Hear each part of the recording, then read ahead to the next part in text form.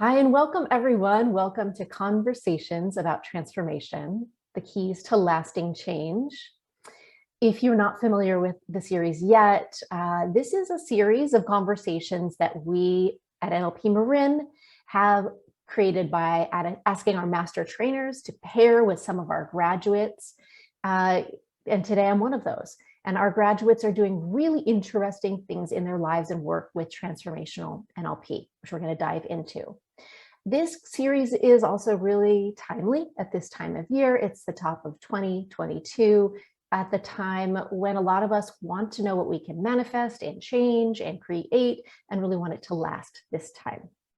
So if you don't know NLP Marin, it is a unique, extraordinary place, the only place in the world to learn transformational NLP, which is also a unique one place in the world modality of healing and change.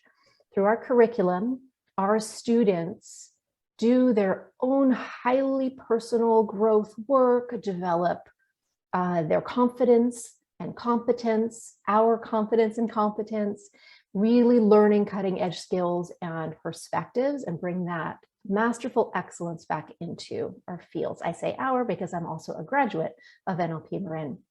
So today I'm LiYana Silver, and I'm going to be one of the grads who's here paired with my mentor, Carla Camou, and I'll introduce us formally in a moment. I'll also be kind of emceeing and guiding the conversations, and you will, including this one, you'll see me in the other ones as well. So I'm wearing two hats today.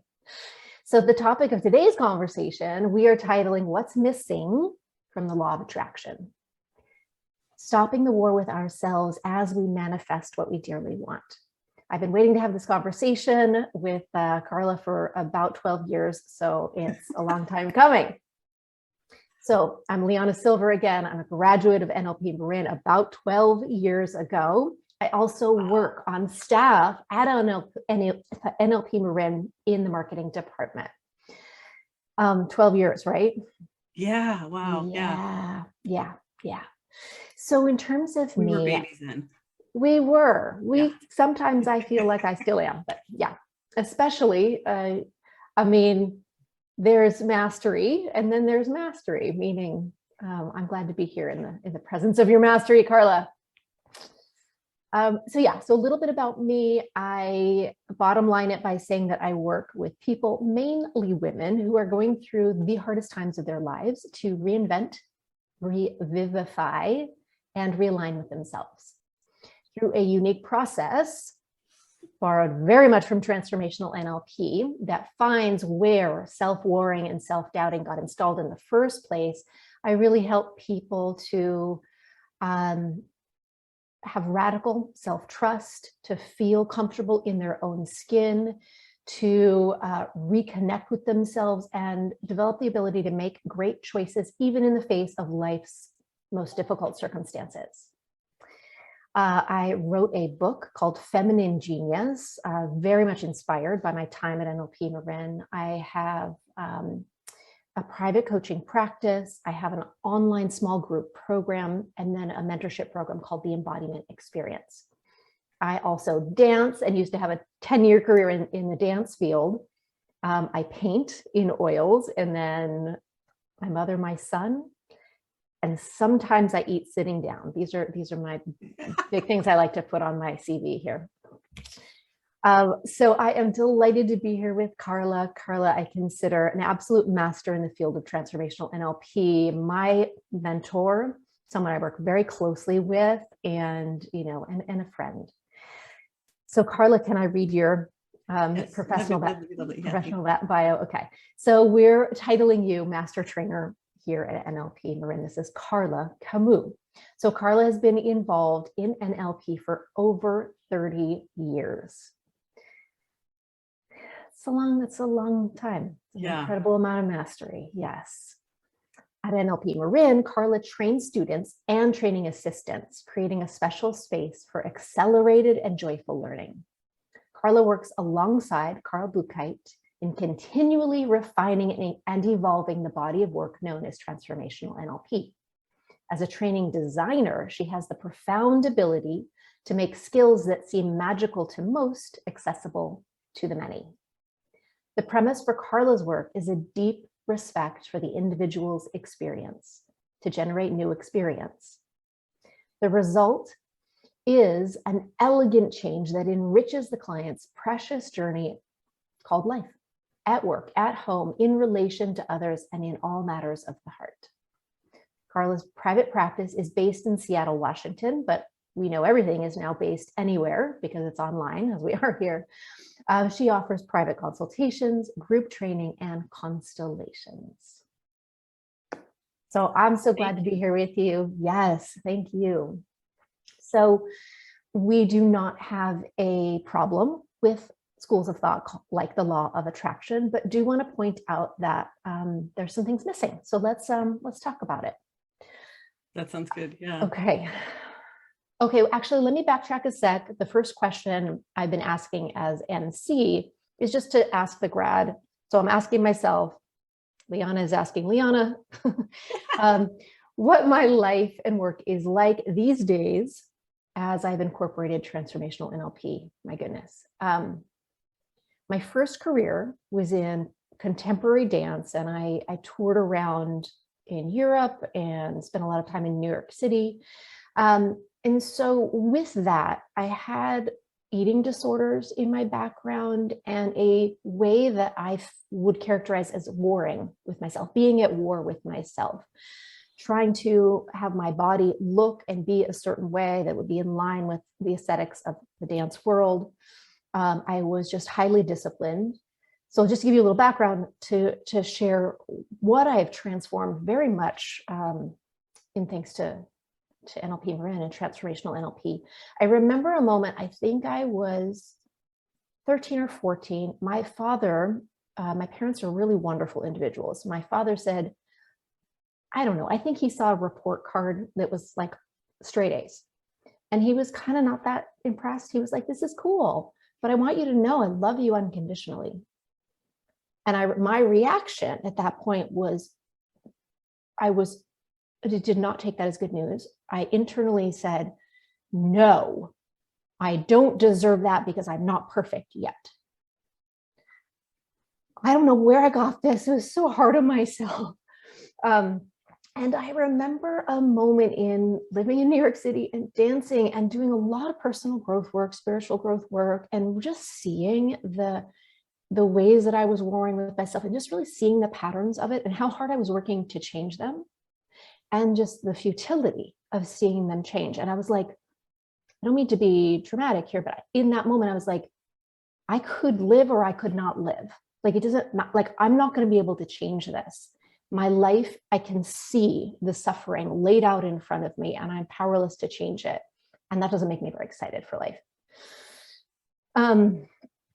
Contrast that to, I remember a year into training at NLP Marin, and I was looking out my window, living in San Francisco at the time, and I had a very different experience. I was like, oh, I can change anything.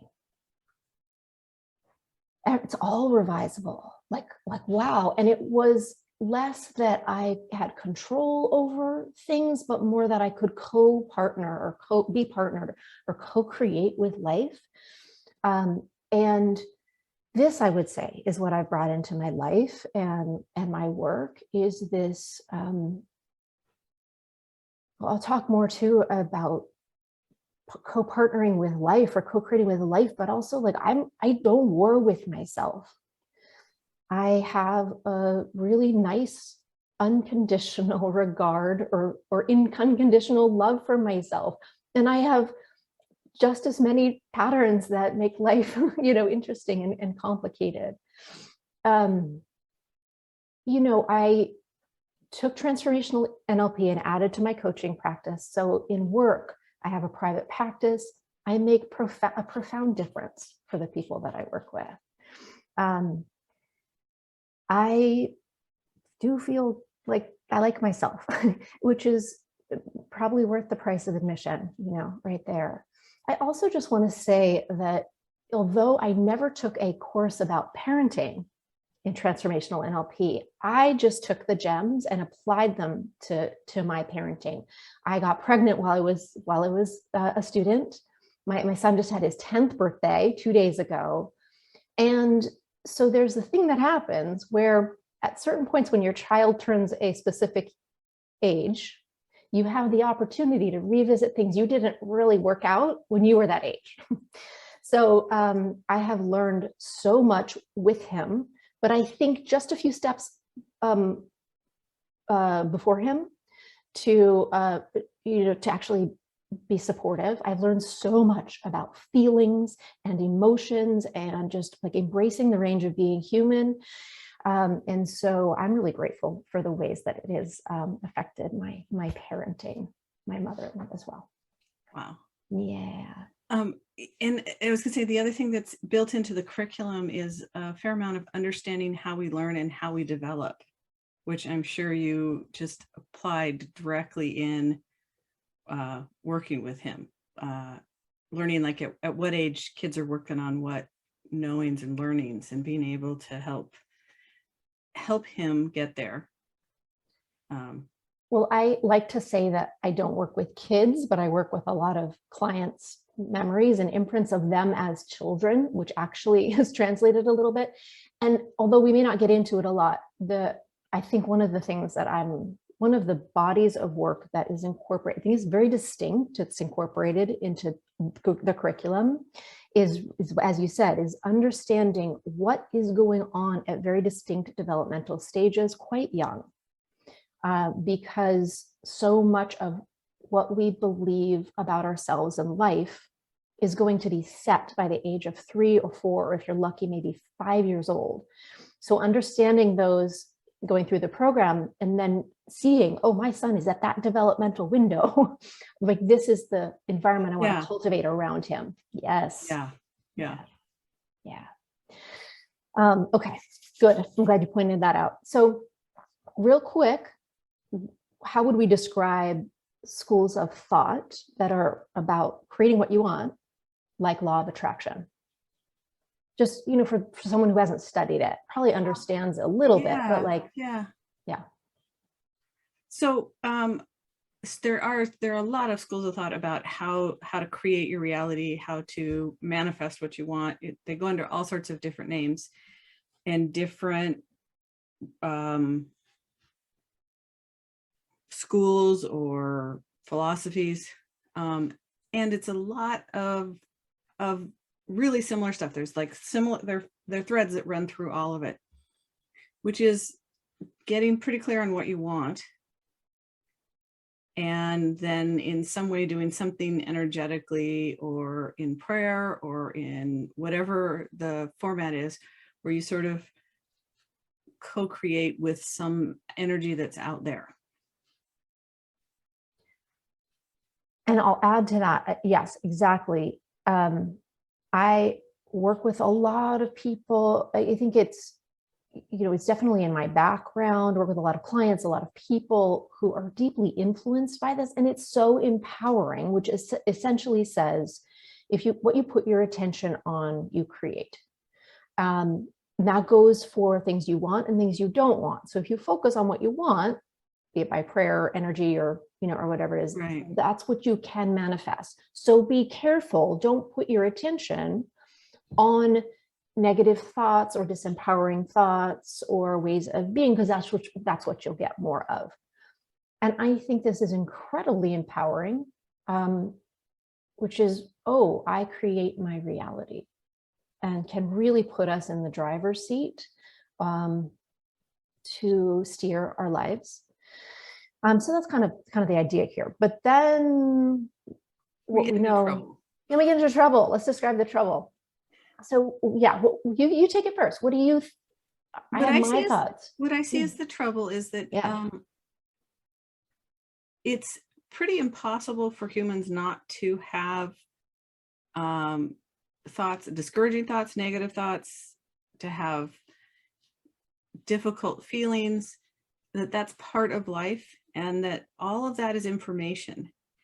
And there's a way in which when people start taking what they have in their life as feedback for how they're doing on positive thinking, they get into this really weird loop where they're kind of always doing it wrong. Mm-hmm. And There are a couple things to the manifesting. One is that there's a variable time delay in terms of like when you put something out that you want it, when it comes back, and how it comes back, and the degree to which you're aligned with yourself and are able to be clear on something does impact what comes back.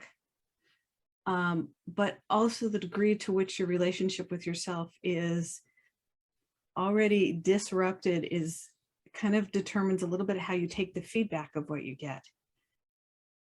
And so I see people become very, very afraid of having a negative thought and almost like over vigilant with themselves. And they work really, really hard to always think positive and always say positive things. I worked with a group of people who had done a lot of study in this field. And the first thing I'd have to do when they came in and we would start talking about what they wanted to work on is I'd have to let them know that I've sealed the room and that what I really needed them to do for just a minute was complain. And I don't normally ask a client to complain, but in this case, they didn't have a permission anywhere else in their life to say like what was hurting, what was like to put any energy on that.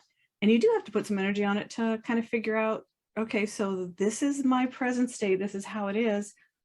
What is it I want to be different?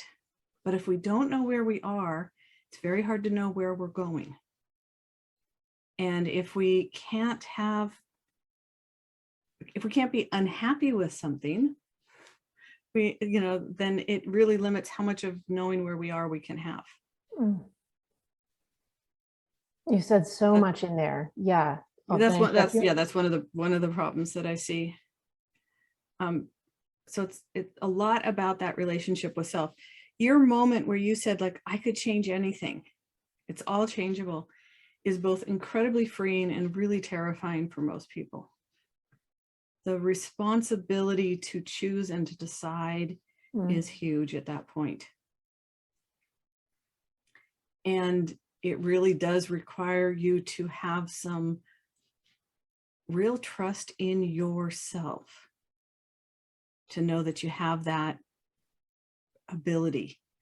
And so a lot of people will kind of get a sense of it and then back away from that knowing a few times before they can actually really know it and live with that knowledge.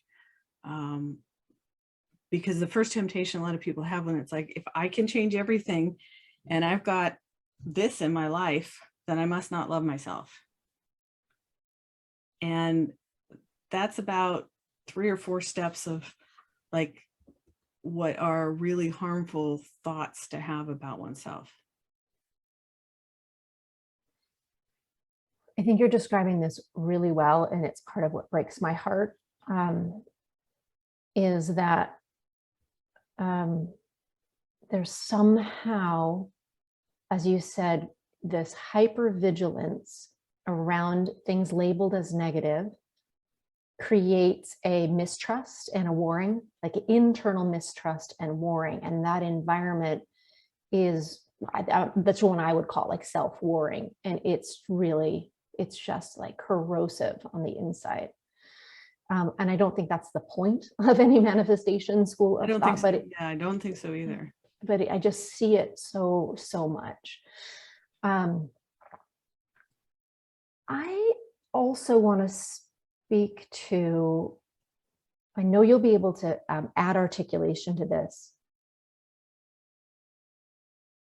I notice sometimes if something takes longer than I imagine it's going to take, so there's this variable time delay, as you said, or it's a scenic route, it's not a direct route, right? So it's not happening on my timeline, or it's not happening in the way or the route that I think it should.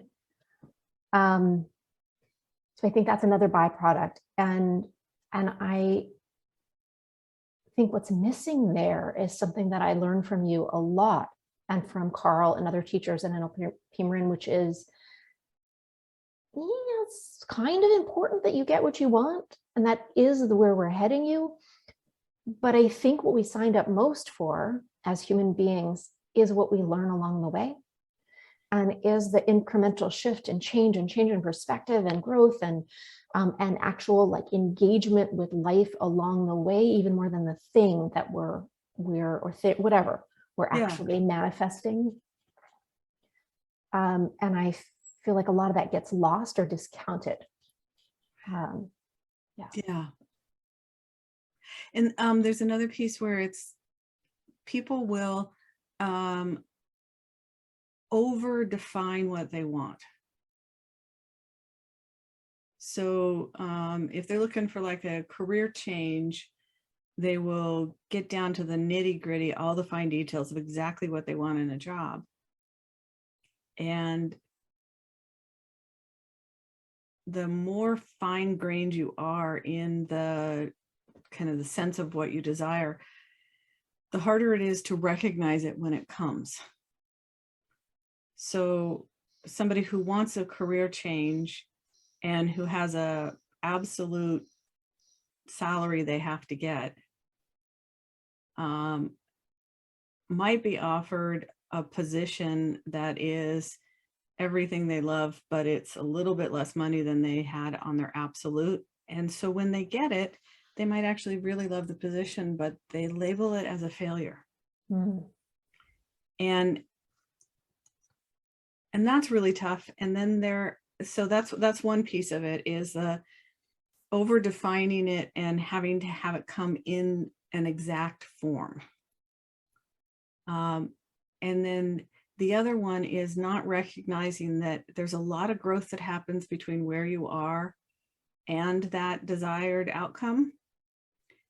And so sometimes when you get that desired outcome, it doesn't satisfy everything you thought it would satisfy. So it's like, this is where I'm supposed to feel like I'm done reaching. And people forget that being human is being in a constant state of want. And that as soon as you climb that hill, you're going to be looking for what's the next thing you want. That we rarely just kind of hang out at the top of the hill and go, okay, that's it. I've gone everywhere I want to go. You don't, like, even wanting that state is kind of questionable. Like if you really think about what it would be like to not want anything, that's a pretty difficult state. And yet we often hold that as our goal. Like, I want to create this life so that I'm satisfied. Like, you can be really, really happy and really love what you have, and you'll still have like things you want.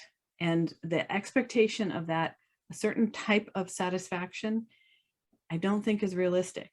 And learning to really enjoy that you'll keep generating more wants, and expecting that is going to set you up for a lot more sense of success. You rarely get a new job or, anything and don't think, and now what can I go for? And so to expect that is really important. And another thing that I see people do is they're pretty sure, like, if I get this, then I will have a better relationship with myself in one way or another.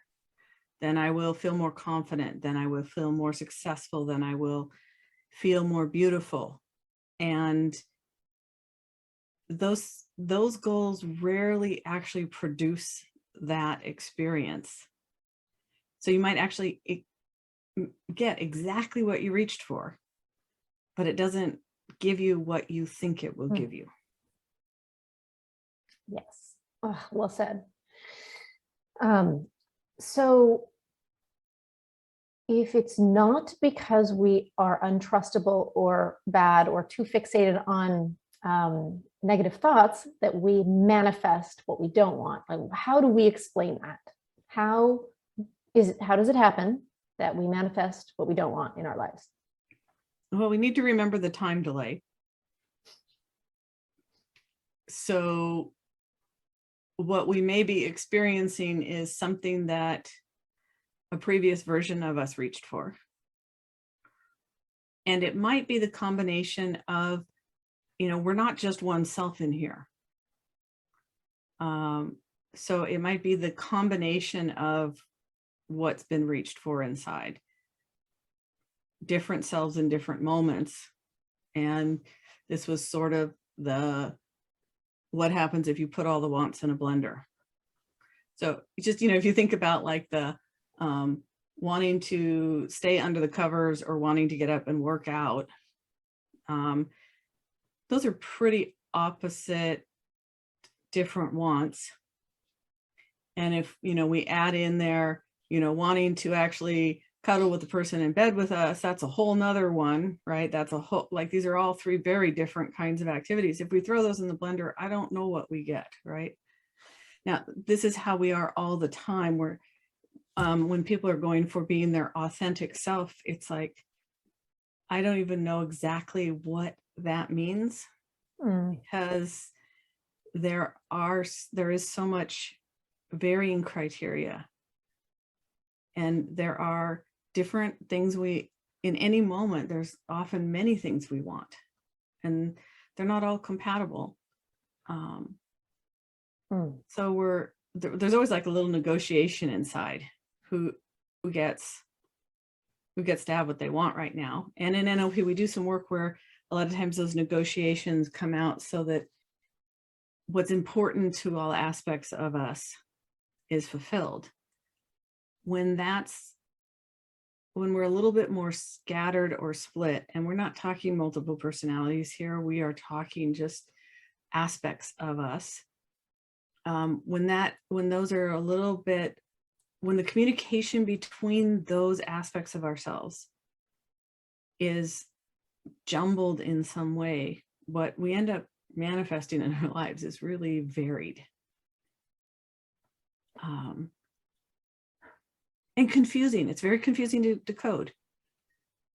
But we don't act from a place that lacks self-love. We're always loving ourselves. We're just sometimes very confused by what we're up to. Beautiful. And we often deny an aspect of ourselves, like we label some want as wrong. All of our wants are valid. Occasionally they're not legal, and we do need to be careful with that. And usually whatever is behind that want is achievable in a way that's perfectly safe. If that want is allowed to exist inside of us. We don't act on all our wants. I mean, very few of us actually want to pay every time we go up to a cash register. It's like, kind of be nice if we could just grab what we wanted and walk out. But we also want to live in a society where there is some order. So those are two things that are in common, right?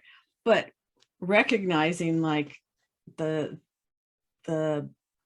different wants and recognizing where we judge those wants is really important.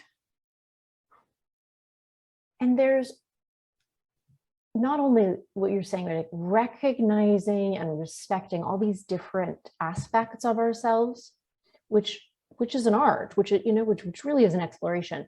I think there's also this really important idea that extends from that, right? That one part of me might want this, and one part of me might want something else. And maybe this metaphor, I really like this metaphor, which is, so here I am, and I'm on a boat, and it's getting to be twilight, and it's time to go dock for the night. And I'm like, oh, good, there's a spot over there to the right. But there's an aspect of myself that is underneath the boat, like has a periscope down in the water and can see the rocks that I can't see. And it's like, nope, no, we can't go there. And sort of steering me away from that goal that I realized. And there's another aspect of myself up on the mast that can see, oh, there's this other cove a little bit further on that's like doesn't have those rocks. And so I'm feeling really bad about myself because I can't get to my goal, and that I've done my vision board and my prayer, for But I just love this idea that there are aspects of ourselves that are conscious or unconscious, or whatever it is, that, like you said, like no part doesn't have love for me or isn't looking out for me. And I feel like this widening of a perspective of what's at play and a real respect for that is such a game changer, such a perspective changer. Yeah, yeah, yeah. And we want to just really acknowledge too that it's sometimes very difficult to be able to listen and sort all of those different aspects out. So we do the best we can. And sometimes, like, there's some real procedures and some real different pieces that we teach in NLP, but are also taught in other modalities where there is a being able to find a way for those aspects to communicate, and to realize that while there's the one that can see the rocks and one that can see the cove, there are other ones that have other desires that may or may not be helpful in getting the boat to a safe place. Right. And so not every aspect of us always needs to have a voice. You'll spend, anybody who kind of hears this conversation and tries for that could spend hours sort of in some kind of a trance trying to sort it out, and it gets very confusing. But recognizing that we're not doing things because we hate ourselves. But we often have the experience of sort of hating ourselves because we misinterpret what we've done. Right. Or we don't have control over it, or we decide we're gonna stay on a particular diet, and then we don't succeed, and then we get really mad at ourselves for that. If we decide to do something and we can't do it, then there's some what we call programming in there, that there's something that in our patterning considers something else more important.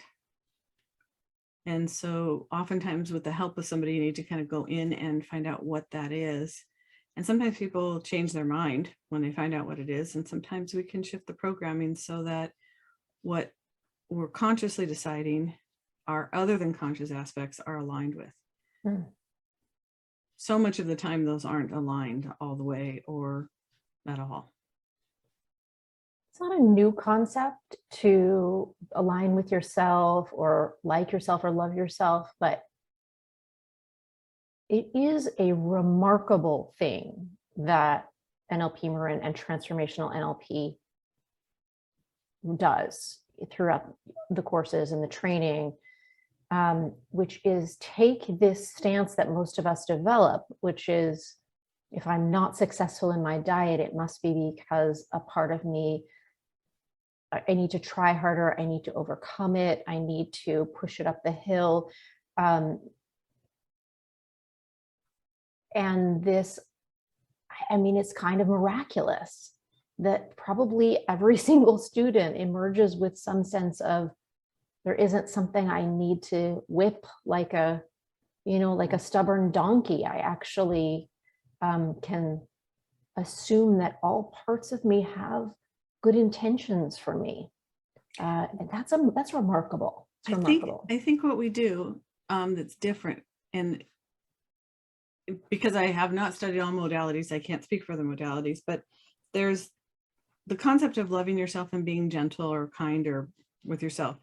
It's pretty popular, pretty hard to have a sense of when we're confused by ourselves. But the thing that we add on to that is to respect all aspects of ourselves.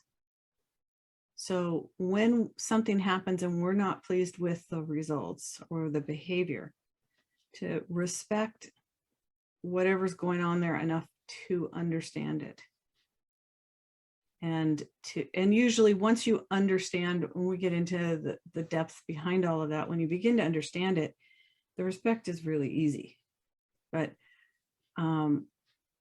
you come to appreciate very quickly. And some of the more like remarkable things, like you just couldn't imagine that the reason or what was behind X behavior was protecting of yourself or right. Yes. So what happens is that when we're very little in our attempt to make sense of the world, we make decisions about what things mean and what works. And if it works, and work is defined very, very, very loosely, but if what works is it didn't kill us. Even if it hurt like crazy, it worked if we're still alive. So, but if it worked and if it helped us make sense, then it sort of locks in and it keeps running until we go revise it. And most humans don't have a code book for how to revise it. Almost everything that locks in is useful. Everybody can make sense of a chair. You can walk into a place you've never been in, you can see a chair and like you don't have to taste it to figure out what to do with it. You can sit on it, certain kind of chairs you can stand on to reach something high, but like you kind of know the basics for what goes where. And yet you've never encountered that object before. You learn that very, very young. That's your brain working just perfectly. Does that to make sense of the whole world. And almost all the stuff that we've done is working just fine. And there's just this little tiny percent that is, just a little off. Right. One of the ones I like to tell people is like, a lot of us have a habit of, we learn what expression on mom or dad's face means life's about to get really bad. We're in a lot of trouble. And then we'll go out and like choose a partner or a boss that makes that face when they're thinking, not when they're mad, right? And then like all this communication gets kind of messed up. That's just an example of where the programming needs to shift, because we have the responses if we're in trouble before we even consciously recognize that that's the facial expression. Right. Or a tonality or anything. So yeah, so when we start to understand that, then all of a sudden what we're doing makes a lot more sense.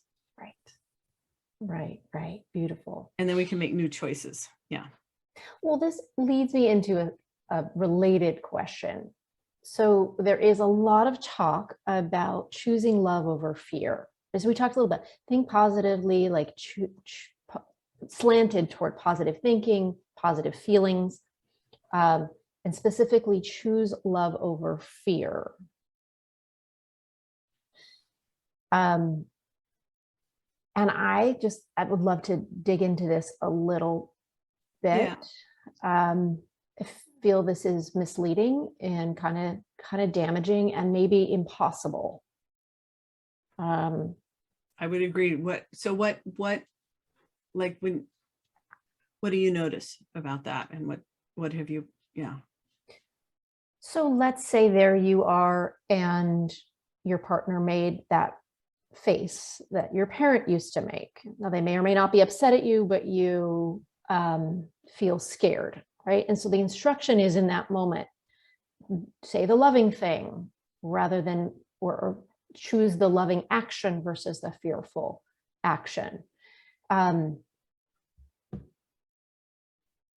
presupposes that fear isn't loving, or that somehow they're diametrically opposed, or that fear is a toxin in the system, should never be listened to or explored or respected, and that it really should be, like the step child or something, always pushed to the side and always denigrated. And I think something that it deserves respect, but fear, it's like we need it.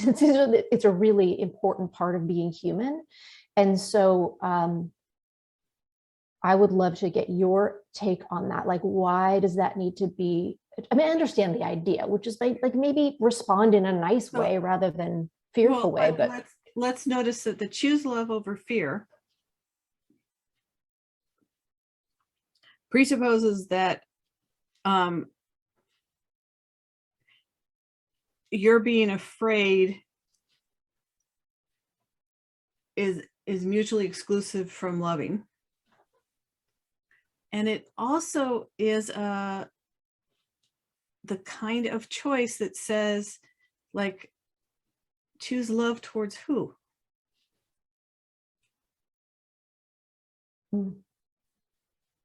So if I don't honor my fear, fear is what we feel when there's a potential danger. All of our emotions are communications to us.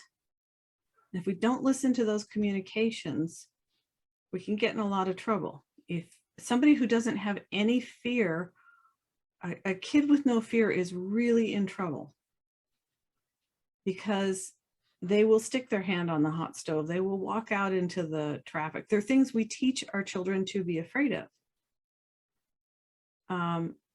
Not so afraid that they're paralyzed, but afraid enough to respond. So it's a request to override yourself.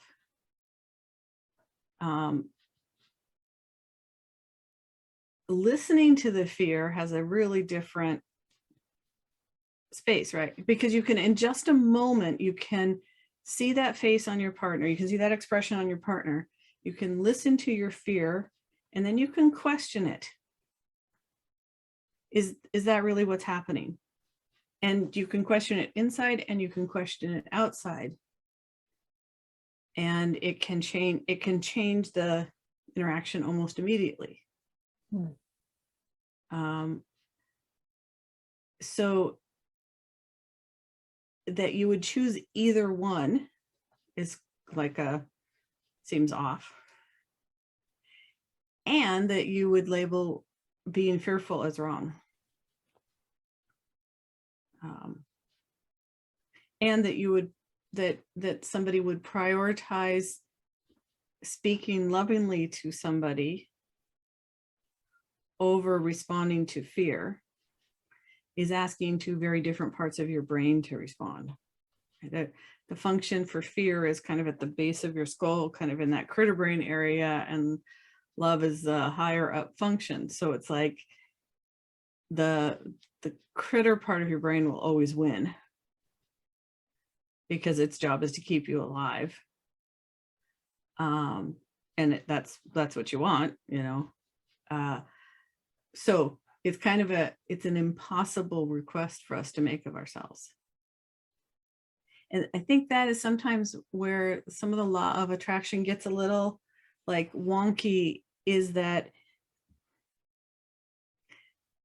people perceive it, or they translate it to this constant positive and this constant like not having any of the feelings. But if you're aware of what you are afraid of, that helps you have a better idea of what you actually want around you. And if you are allowed the full range of your experience, then you actually can respond to what comes into your life and make two choices about what you want next.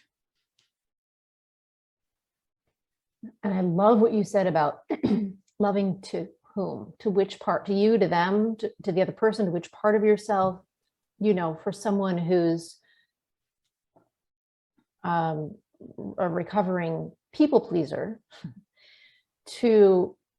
I can respond really lovingly and in a harmonious way to someone else and be trampling on parts of myself. And that does not work. That doesn't work. And the long-term effects of that are what?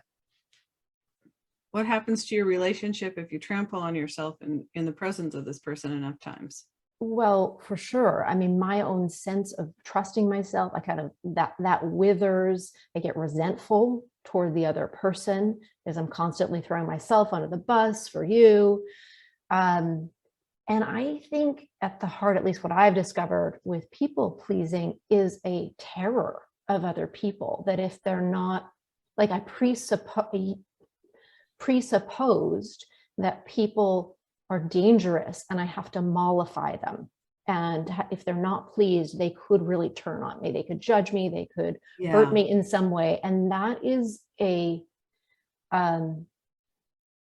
that's just not how I want, and nor how I relate to people anymore. That's a huge shift.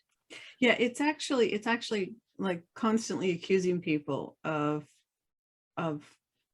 being like uncaring. Yeah.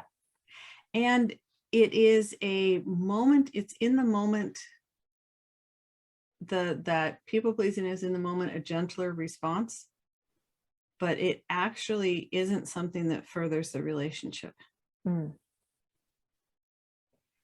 Because the person you're pleasing doesn't actually get to know you. I mean, what happens sometimes in these relationships is that the person who's like trying to please their partner is really scrambling and struggling and working really hard. And the other one is thinking their relationship is great. And like they're having a wonderful time, and all of a sudden they're just utterly blindsided when this person's like, I am so fed up with you. You never meet my needs. I'm out of here. And they're like, what needs? And they're not like uncaring people who sometimes, you know, that, but sometimes they're incredibly caring people who are just completely confused because the other one was so busy pleasing them that they weren't actually saying anything that they needed, or letting the other one know that they were doing it at a cost. Yes. Yes. Okay. So that's a little side. So law of attraction is a lot about noticing what is going to feel right for you, instead of the absolute, as we go back to the job, instead of the absolute fine details about the job. If you can feel the relationship you want with yourself in the job, if you can feel how you're going to feel being and doing that, and how you're going to feel when you're with your family, if that's your job, and what life will feel like, and are reaching for that feeling, that opens up the space for it to come to you in lots of different forms. And beautiful. then you have a sense of success because it feels right. And so many people reach for something and it comes in the most unusual package. And you can take the unusual package as something very delightful that is oftentimes more than you knew to want. There's a whole dimension that you never thought to put in there, but you feel right with it. Or people are confused because it's like, well, I mean, it's kind of what I wanted, but it's not what I was expecting. And so maybe I didn't do this well. So it's far easier if what you are doing is getting a sense of the feelings you want to have. So this is a feelings related question for both of us.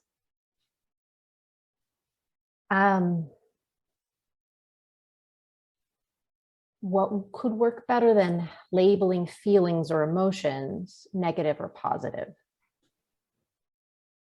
Right? So positive feelings, love, joy, gratitude; negative feelings, apathy, grief, anger, fear, depression, shame, etc. And those feelings don't feel good. So, but I think labeling them negative or positive pathologizes them in a way that isn't necessary. So I don't know. Do you have any thoughts? What would work better? It's like, is anxiety positive or negative? And if you dial the anxiety down just a tiny bit, it often moves into a slightly different experience. Right? So If you're about to do a performance and you have a bunch of anxiety, it can reach a level where it stops you.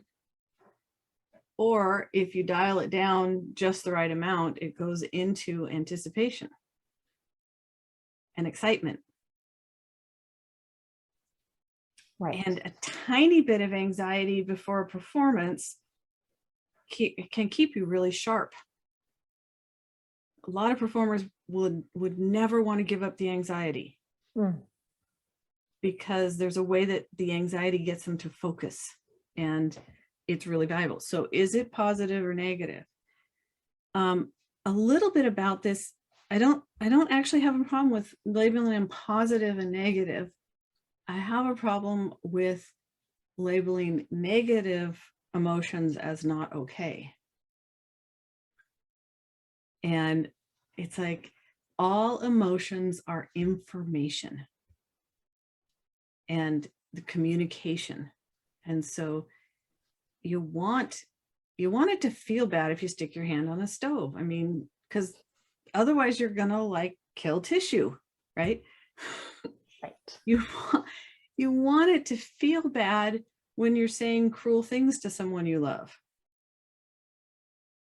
It's a negative emotion. It's a useful communication. And if you listen to it, it steers you to where you want to be. So using them more as guidance systems as opposed to definitions of you. And Carla, you granted me an interview when I was writing my book on and articulated a little bit more something you share about a lot in one of your courses for graduates, for kind of upper level graduates, on the specific communication inside each of the emotions. Yeah. I think this has revolutionized my experience of feelings in other people and in myself. I mean, just to give an example, with a hard negative emotion of anger, and that message is something that you value feels threatened. Yeah. And every single time I work with anger with a client or even in myself, I get really excited.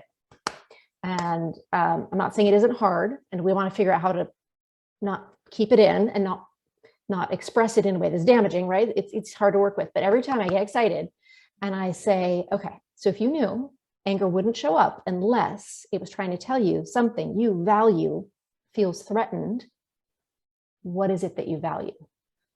10 times out of 10, they are like, oh, me. Or this, this aspect of myself that they couldn't even access before, they couldn't even understand. And we go like, right, that this, internal guard dog says, no, don't mess with that. Like, I love that part. I value that part. And sometimes they haven't been able to access that kind of self-regard before. Yeah. It's just one emotion. Yeah. That sometimes when I'm working with somebody, and we might be working with an experience from when they were much younger, and they're sort of passively taking the abuse because it's happened so much, and we do some readjusting, and then they're a little to a lot angry. A lot of people perceive that as problematic, and for me it's like, no, this is the first time that they've said they've had the internal experience of valuing themselves enough to feel that what is happening to them is unfair. And that's incredible when you can feel it, when you feel it in yourself. And so when you get angry, it's always useful to ask, what is it I'm perceiving as a threat here? And is it really a threat? And when somebody else gets angry, it's what is threatened for them. And sometimes it's their, like their pride is being threatened. And sometimes it's their well-being. And sometimes it's their whole understanding of life. If you push that point, like they're going to have, and it's too scary. So there's a kind of understanding the magnitude of what the threat is. even if you're not threatening them, but they are perceiving what you're doing as threatening, it allows you to respect what's happening and then to work with it and address it. Yes. Yes. Well, thank you for that. You know, and when we get angry at ourselves, that gets tricky, right? Yes. Yes. Yeah. But to notice that, and to not even make it wrong when we get angry with ourselves, but to be the big thing is to be curious. What is this about? What's going on?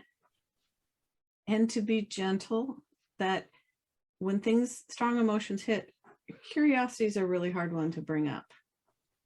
The curiosity might come in retrospect a day or two later when you're thinking about it. But to be easy on yourself, like we have all these expectations of, yeah, we're human. Yes. And we get pulled away and drift away into things all the time. That's fine. And I'll say this, and then unfortunately move us into the last couple of questions for us, is it is difficult to do in the moment.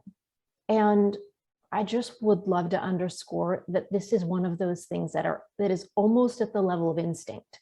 It's almost at the level of default in me, and certainly my clients and graduates who come out of the program. Is a remarkable shift, rather than a pouncing on that part of myself. Why am I being angry or judging? That the default and the reflex is curiosity. It might be, might be a little time delayed, but that's there. That is like a part of the musculature of who we are. And that is a huge gift. It's a very interesting thing to notice about human beings. And you kind of have to sit with it for a little bit sometimes to feel it. But human beings will, in general, choose pain over confusion. Confusion is more intolerable to us than pain. So we are constantly curious, and like there's a mandate in the brain to make sense of things. So when we start to focus a little bit on like, I wonder what the threat is in that anger, we'll work on it. Yes. Okay. Because I am in the conversation and guiding the conversation, yes, I'm going to ask the two last questions. One is for me, and then one is for both of us. So I like to end with these two with everybody who's been in these conversations. And it's if you have something to share to you, Carla, or Carl, the other trainers, NLP Marin, transformational NLP. So over a decade, right, that I've been working with this, there's something that you and Carl like to say, which is that being human is not a fallen condition. And that was news to me. I very much was operating as though being human, being in a body, having negative emotions, having a woman's body, or that's a whole other conversation. That's a whole other conversation. Yeah. Absolutely a fallen condition. And so this, I do remember a moment in class where you may have said it before. Carl said it to me in class: when you're at war with yourself and you win, who loses? And it's a beautiful moment of cognitive dissonance. It's a little hard to parse because I recognized the internal war, and I recognized that going for winning meant ultimately losing. And it really was a choice point where I said, I give up wanting to win or vanquish certain parts of myself. And I don't know how, but I really would like to know how to not be warring. And so, that's been everything. So I just really want to thank you and thank Carl. The other thing I want to say is that you and Carl and the other trainers model mentorship and teaching and mentorship in a way that I'd want to point out and thank you for, because it's very hard to find in the world. And the respect that you have and radiate toward the students, the mastery that you have that is deeply embodied, paired with humility. You're not on a grandiose trip. And that, you really have figured out how to model, to transmit something, not only through your words, but your energy, that you care and respect, you care for and respect the people who are in front of you. You really like these folks and want the best for them. And that is very rare to find in mentorship. So I just want to say thank you. And so you're very welcome. Yeah.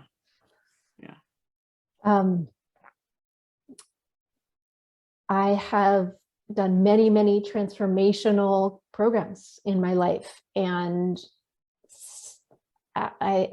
this is absolutely one of the top 3 that has shaped my thinking and being in the world. So thank you. Thank you. Okay, last question for both of us. If we could leave our audience with one thing about transformation or change, what would that be? From this conversation, the big thing is it starts with your relationship with yourself. And it's kind of that relationship with yourself is everything.